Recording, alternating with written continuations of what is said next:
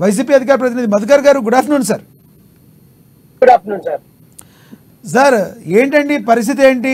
ప్రస్తుతం IAS IPS బదిలీలు దేనికి సంకేతంగా మీరు భావిస్తున్నారు? సార్ ఇప్పుడు మాకు మద్దతు ఉంది, మాకు బీజేపీ మద్దతు తెలిసిద్ది, మేము బీజేపీతో చేయించుకుంటాం, ఇవన్నీ సెకండరీ సార్. ఇప్పుడు ఐఏఎస్ అధికారులు బదిలీ అయినా ఐఏఎస్ అధికారులు బదిలీలు అవ్వకపోయినా మా కార్యాచరణ ఒకటే. మేము పేద బడుగు బలహీన వర్గాలకి, ఎస్సీ ఎస్టీ బీసీ మైనార్టీలకి మేము ఏ విధంగా పార్టీ తరపు నుండి ఏ విధంగా లబ్ధి చేకూర్చామో వారి యందు మా మీద భరోసా ఉంది కాబట్టి, పేద బడుగు బలహీన వర్గాలకి న్యాయం చేసాం కాబట్టి ఈ ఐఏఎస్ బదిలీలు అవుతారా అవరా, అయ్యారు అయితే మాకేదో నష్టం అనేది మేము వాళ్ళ మీద ఆధారపడి ఉన్నా, మేము పైన దేవుడి మీద ఆధారపడి ఉన్నాం, ఇక్కడ ఉన్నటువంటి జనంలో చచ్చుకుపోతున్నాం.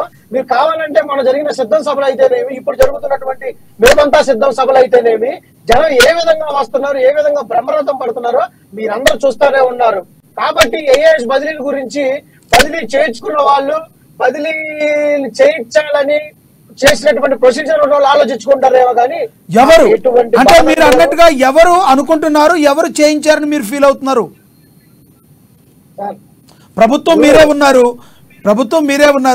ఒకవేళ సెంట్రల్ అనుకుంటే ఏ పార్టీ అని మీరు భావిస్తున్నారు? సెంట్రల్ గవర్నమెంట్ దగ్గరికి వెళ్ళి రోజులు తరబడి అపాయింట్మెంట్ కోసం ఎదురు చూసిన వ్యక్తులు అయితేనేమి, లేదు సెంట్రల్ గవర్నమెంట్ అపాయింట్మెంట్ ఇవ్వకపోతే వాళ్ళ అత్తగారైనా వాళ్ళ చుట్టారైనా ఆమెను తీసుకొని వెళ్ళి కలిసినటువంటి సందర్భాలు అయితేనేమి, ఏ సందర్భంలో అయినా ఎవరు మార్చినా ఇప్పుడు ఒకటి సార్, మా ఎగ్జిస్టెన్స్ ప్రాబ్లం అయితే మాకేమో గెలుపు గురించి ఆలోచించేటట్టు అయితే, గెలవలేమని బాధపడే పని అయితే మేము ఈ ట్రాన్స్ఫర్ గురించి ఆలోచిస్తాం.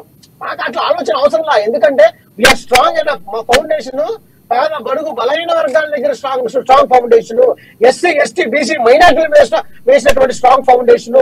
మేము కార్యాచరణ మేము చేసినటువంటి హామీల్లో నవరత్నాలు కలిపి, నవరత్నాలు కాక హామీ ఇవ్వనటువంటి దాదాపు 14 సంక్షేమ పథకాలని మేము అమలుపరిచి ఎగ్జిక్యూట్ చేసి వాళ్ళని విశ్వసించి వాళ్ళ ద్వారా జనంలోకి వెళ్ళి జనంలో తెలుసుకోవడానికి మేము సిద్ధంగా ఉన్నాం.